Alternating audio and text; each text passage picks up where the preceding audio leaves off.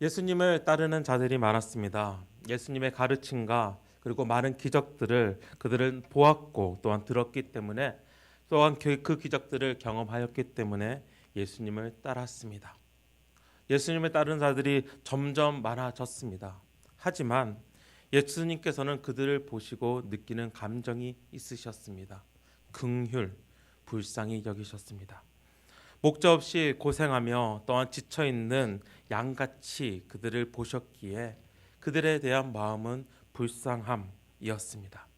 그렇게 예수님께서는 제자들을 부르십니다.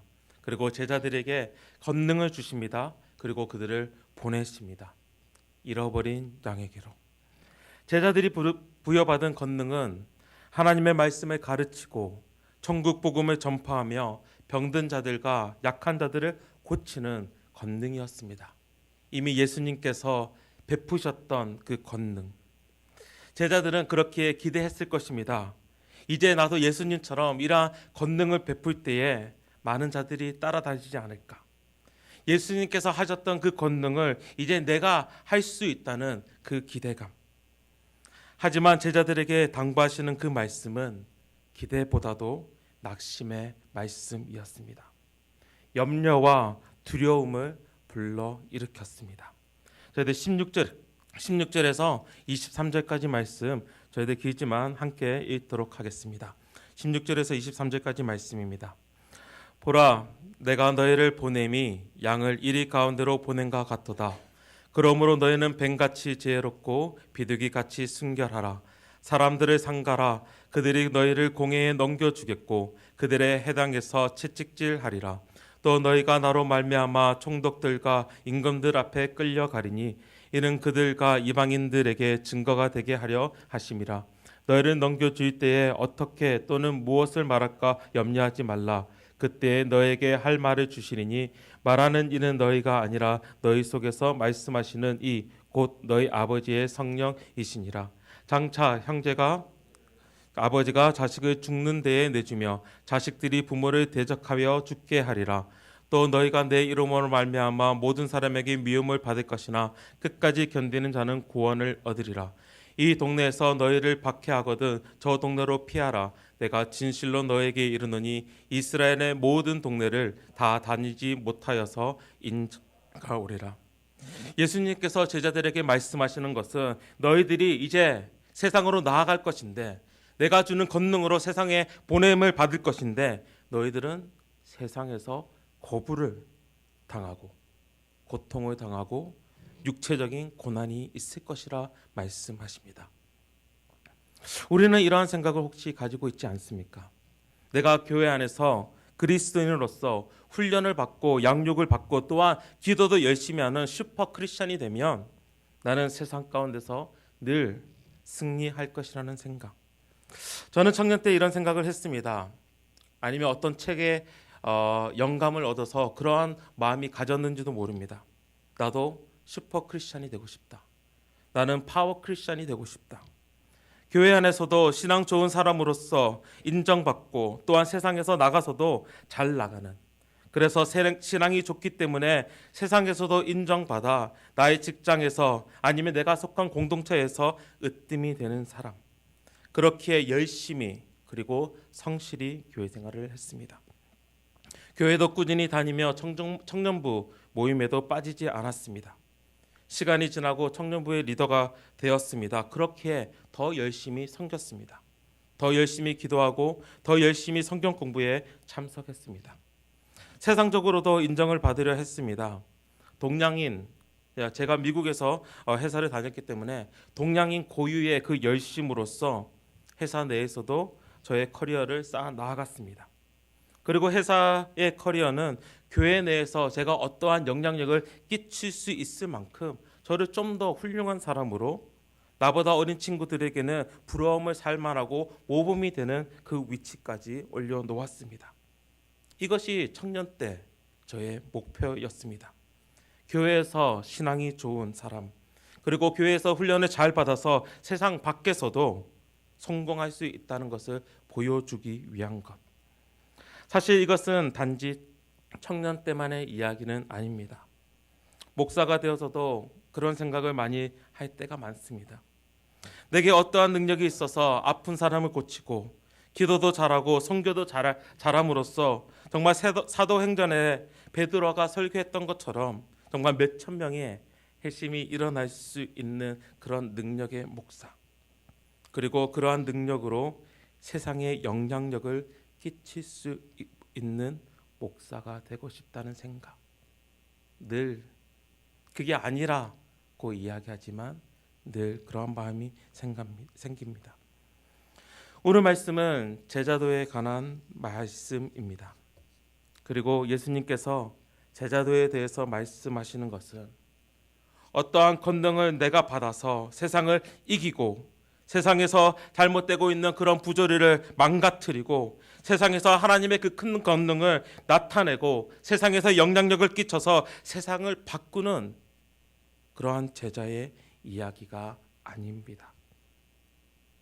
파워 크리스천, 슈퍼 크리스천의 이야기가 아닙니다. 오늘 말씀에서 보이는 제자의 길은 공에 넘겨가며 해당에서 채찍질을 맞는 길이었습니다. 총독들과 임금들 앞에 끌려가는 길이었으며 부모와 가족에게 버림을 받는 길이었습니다. 미움을 받아 박해를 받으며 이리로 저리로 쫓겨다니는 길이었습니다. 결국 제자의 길은 고통의 길, 고난의 길, 박해의 길입니다. 그렇기에 16절에서 양을 이리 가운데 보낸 같아라고 표현을 하고 계십니다. 양이 이리 가운데 가면 어떻게 됩니까? 먹혀버립니다.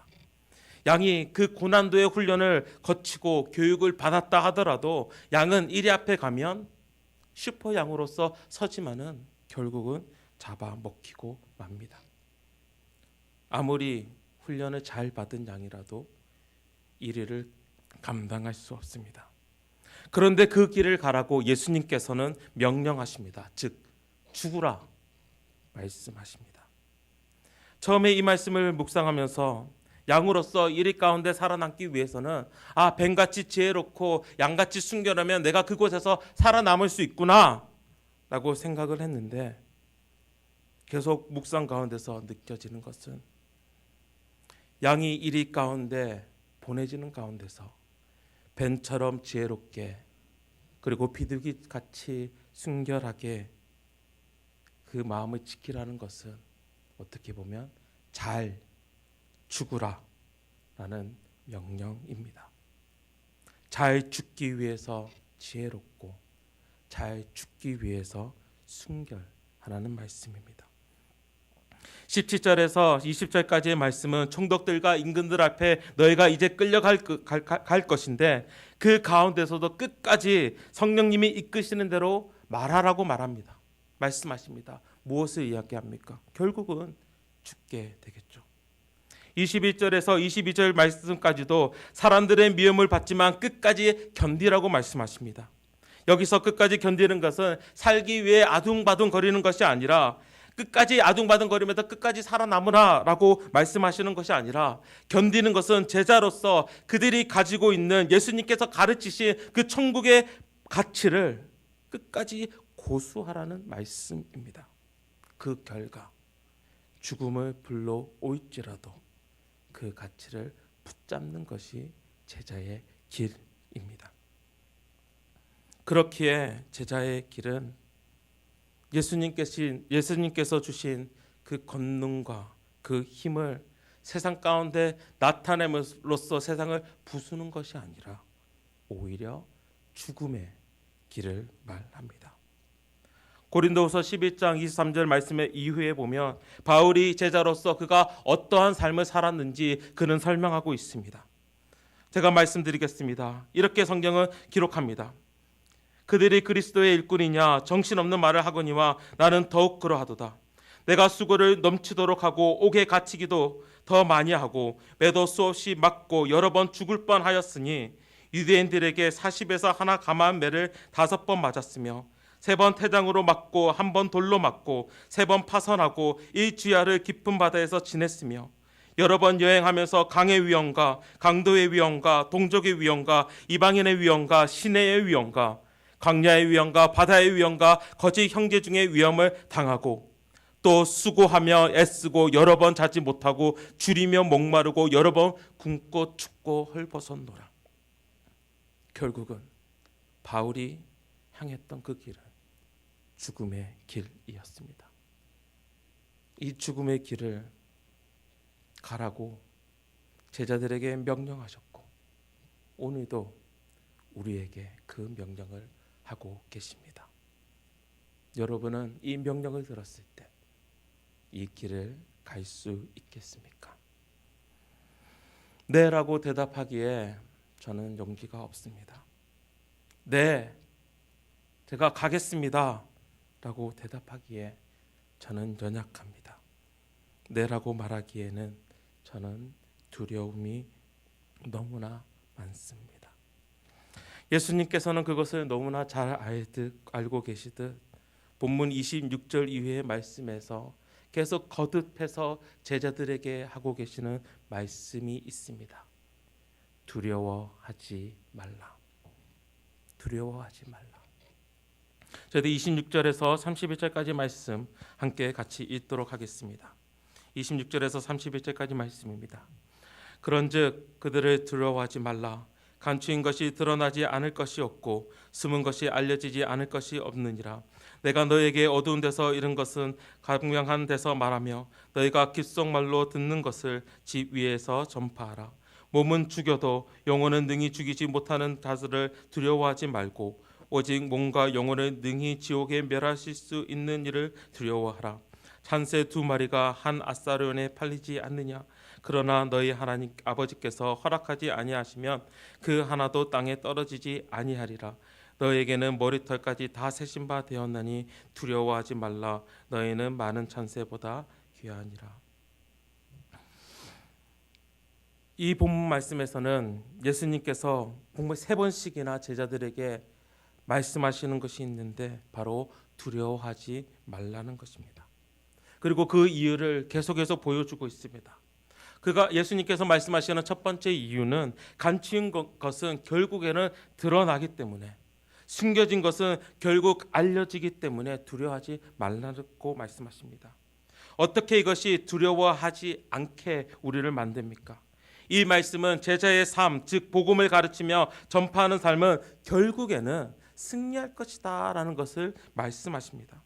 세상은 천국의 가르침을 거부하고 있으며 숨기고 있으며 감추고 있지만 결국은 그것은 드러날 것임을 말씀하십니다. 마치 소금과 빛이 드러나듯이 그 복음은 아무리 감추어도 드러나게 됩니다. 요한복음의 말씀을 인용하면 어둠인 세상은 빛으로 오신 예수님을 미워하고 거부합니다. 하지만 그 빛은 어둠이 덮는 가운데서 더욱 바라게 됩니다. 결국 진실은 이긴다라는 그 말과 같이 종말론적인 그 관점에서 복음은 승리하기 때문에, 진리는 결국은 나타나기 때문에, 그 복음의 말씀은 결국은 이루어질 것이기 때문에 승리할 것이다. 그렇기 때문에 두려워하지 말라라고 말씀하십니다. 두 번째 이유는 복음을 전파하다가 우리가 당할 수 있는 최악의 경우를 말씀하고 계시는데 그것이 육체의 죽음이기 때문에 두려워할 필요가 없다라고 말씀하십니다. 그렇습니다. 세상은 우리의 영혼을 건드릴 수 없습니다. 우리의 영혼은 하나님의 그 안전함 가운데 있습니다. 그리고 예수님께서 말씀하시는 것은 더 큰 분을 두려워하라는 것입니다. 육체를 멸할 수 있는 자를 두려워하는 것이 아니라 육체뿐만 아니라 영혼을 멸하시는 자를 두려워하는 것입니다. 생각을 해보았습니다. 제 딸을 보았을 때 제 딸이 아빠 말을 잘 들을까요? 엄마 말을 잘 들을까요? 제 말을 더 잘 듣습니다. 왜냐하면 제가 더 두렵기 때문입니다. 안 믿기죠? 네, 제가 목소리가 변하면 제 딸 혜인이 4살인데 제 말에 무조건 순종합니다. 왜냐하면 엄마보다 더 두려운 존재이기 때문에. 그것은 단지 혜인이뿐만 아닌 것 같습니다. 우리 세상에서 이야기하는 그러한 힘의 관계 안에서도 우리는 더 큰 힘이 있는 자를 따릅니다. 그렇게 보았을 때에도 우리는 누구를 두려워하여야 합니까? 단지 육체를 죽일 수 있는 자들을 두려워해야 합니까? 아니면 육체와 영혼까지 멸하시는 그분을 두려워하여야 합니까? 세 번째, 두려워하지 않는 이유는 하나님께서 우리에게 친밀한 관심을 두고 계시기 때문입니다. 오늘 말씀에서는 하나님께서 우리의 머리털까지 다 세신 바 되었다라고 말씀하십니다. 우리가 복음을 말할 때, 박해를 당할 때 하나님께서는 멀리 계시지 않음을 말씀하십니다. 오히려 더 가까이 계셔서 우리의 머리털을 세실 수 있을 만큼 더 가까이 계시다는 것을 말씀하십니다. 하나님께서 우리의 상황을 모른 척하는 것이 아니라 오히려 우리가 그 복음을 들고 섰을 때, 그렇지만 그 박해를 당할 때, 고난을 당할 때 더 하나님께서는 가까이 계시기 때문에 우리는 두려워하지 않아야 된다라고 말씀하고 계십니다. 네 번째로 두려워하지 않는 이유는 하나님께서는 하나님의 뜻이 아니면 우리에게 아주 작고 하찮은 일이라도 일어나지 않기 때문입니다. 무슨 말이냐면 모든 것이 다 하나님의 주권 아래 있으며 그 섭리 안에 있다는 말씀입니다. 31절에서는 두려워하지 말라고 말씀하시면서 너희는 많은 참새보다 귀하다고 말씀하십니다. 그리고 29절에는 그 참새에 대하여 단 한 마리도, 그 하찮은 참새이지만 단 한 마리도 하나님께서 허락하지 않으시면 땅에 떨어지지 않는다라고 말씀하십니다. 즉 하나님께서 모든 일을 통치하고 계시고 그의 계획대로 그의 뜻대로 운행하고 계시기 때문에, 그리고 그 전능하신 주권자께서 나를 귀히 여기시기 때문에 나에게 일어나는 어려움조차도 하나님께서 허락하지 않으시면 우리에게 주어지지 않을 것이고, 우리에게 그 어려움이 있다 하더라도, 우리에게 고통이 있다 하더라도 그것이 모든 하나님의 주권 안에서, 하나님의 계획 안에 있다는 것을 말씀하시며 두려워하지 말라라고 우리에게 말씀하십니다. 그리고 마지막으로 박해하는 자들을, 자신들을 죽이려 하는 자들을 두려워하지 말라라고 하시는 이유는 이 말씀을 하고 계신 예수님께서 이 길을 가셨기 때문입니다. 저희들 24절과 25절 말씀 함께 읽겠습니다. 24절과 25절입니다. 제자가 그 선생보다 또는 종이 그 상전보다 높지 못하나니 제자가 그 선생 같고 종이 그 상전 같으면 족하도다.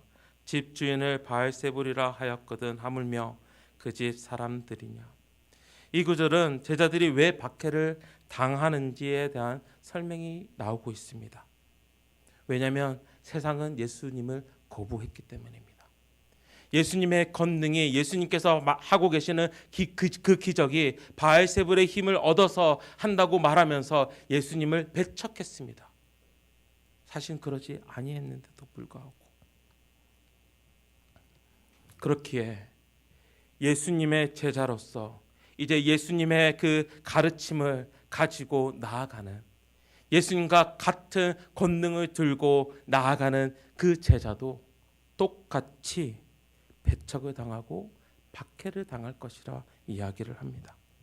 이 구절이 왜 우리에게 두려워하지 말아야 하는 것을 이야기하고 있습니까? 왜냐하면 세상의 제자들을 박해하는 것은 갑자기, 그리고 예상치 못하게 우발적으로, 그리고 무의미하게 일어나는 것이 아니기 때문입니다. 세상이 제자들을 박해하는 이유를 이미 말씀드린 것과 같이 그들이 예수님의 가르침을 따랐기 때문에, 예수님이 세상에서 거부당하게 했기 때문에 제자들 역시 거부를 당하는 것입니다. 제자들은 그것을 알고 있었습니다. 예수님께서 당하신 그 고난, 그 고통, 예수님께서 하나님 나라의 복음을 가르치시며 전파하시며 그리고 이 땅의 천국의 능력을 많은 기적으로 드러내시고, 그리고 예수님께서는 이 땅으로 보내심을 받았습니다. 마치 순결하고 순전한 양이 이리 애로 가듯이 예수님께서는 양으로서 이 땅 가운데 보내심을 받았습니다. 그리고 우리가 생각할 수 있는 예수님은 충분히 천국의 권능으로 그리고 슈퍼 양으로서 이 세상을 정말 뒤집어 엎을 만큼 그 강한 힘이 있음에도 불구하고 그들을 죽이려고 하는 그들의 대적을 한 번에 멸하실 수 있는 힘이 있으신 분이심에도 불구하고 예수님은 잡히셨습니다. 예수님은 채찍에 맞았습니다. 예수님은 그의 살은 양이 일회의 공격으로 살이 떨어져 나가듯 떨어져 나갔습니다. 그리고 예수님께서는 그 길을 먼저 가셨습니다. 예수님은 죽으셨습니다. 천국의 지혜에 순종하며 가장 순결하게 십자가를 지셨습니다. 그리고 죽으셨습니다. 그렇지만 예수님의 죽음, 그 십자가의 죽음은 영원한 죽음이 아니었습니다. 예수님의 죽음은 오늘 본문에서 말하는 육체의 죽으심이었습니다. 그리고 그의 죽음은 세상에 대한 패배를 말하는 것이 아니었습니다. 예수님의 죽으심은 빛이 어둠에 묻히는 사건이 아니었습니다. 그의 죽으심은 하나님의 주권 아래서 하나님의 섭리 안에서 이루어진 사건이었습니다. 그리고 하나님의 계획하신 대로 그는 부활하셨습니다. 그렇기에 우리는 끝까지 양이어야 합니다. 우리는 끝까지 예수님께서 가르치신 그 천국의 복음을 들고 견뎌야 합니다. 죽을지라도 그리고 죽더라도 우리는 두려워하지 않습니다. 이 죽음은 단지 육체의 죽음이며 결국은 우리에게는 이미 그 죽음의 길을 가셨지만 부활하신 예수 그리스도께서 우리의 소망이 되시기 때문입니다. 그리고 마지막 날 우리는 하나님 앞에 설 것입니다. 그러나 그곳에서 오늘의 말씀이 이루어질 것입니다. 32절과 33절 말씀입니다. 32절과 33절 말씀 함께 읽도록 하겠습니다. 누구든지 사람 앞에서 나를 시인하면 나도 하늘에 계신 내 아버지 앞에서 그를 시인할 것이요 누구든지 사람 앞에서 나를 부인하면 나도 하늘에 계신 내 아버지 앞에서 그를 부인하리라. 우리는 세상으로 보내심을 받은 하나님의 예수님의 제자입니다. 그렇지만 우리가 아무리 예수님의 권능을 받고 세상에 나아갔지만 두려움이 우리를 늘 감싸고 있습니다. 그리고 세상은 그 권능을 가지고 나가는 우리들을 매번 공격하고 있고 매 순간 우리를 넘어뜨려 하고 있으며 또한 죽이려고 우리에게 달려듭니다. 하지만 함께 세상 속으로 향하는 그 제자의 길을 따라가길 원합니다. 예수님과 함께 예수님이 향하신 그 죽음의 길을 제자로서 정말 매 순간 한 걸음 한 걸음 따라갈 때에 그렇습니다. 고통이 앞에 있고 죽음 가운데 우리가 통과할 것입니다. 그렇지만 우리에게는 두려움이 없습니다. 왜냐하면 예수님과 함께 가고 있으며 또한 그 끝은 부활하신 예수 그 소망이 우리에게 있기 때문입니다. 예수님께서 결국은 우리가 하나님 앞에 섰을 때 우리를 시인하실 것입니다. 이 자는 나를 따라 고통과 죽음의 길을 통과하였다. 만약에 우리가 우리의 삶 가운데서 예수님을 부인하는 그 삶을 살아갈 때에 예수님께서도 나도 모른다 라고 부인하실 것입니다. 오늘 삶을 살아갈 때에 그리고 우리가 매일의 삶 가운데서 그 복음을 들고 제자의 길을 나아갈 때에 온전히 예수님과 함께 함으로써 또한 그게 소망을 둠으로써 두려워하지 않고 온전히 예수님을 따르는 거룩한 제자가 되시기를 주님의 이름으로 축원합니다. 함께 기도하시겠습니다. 하나님 아버지,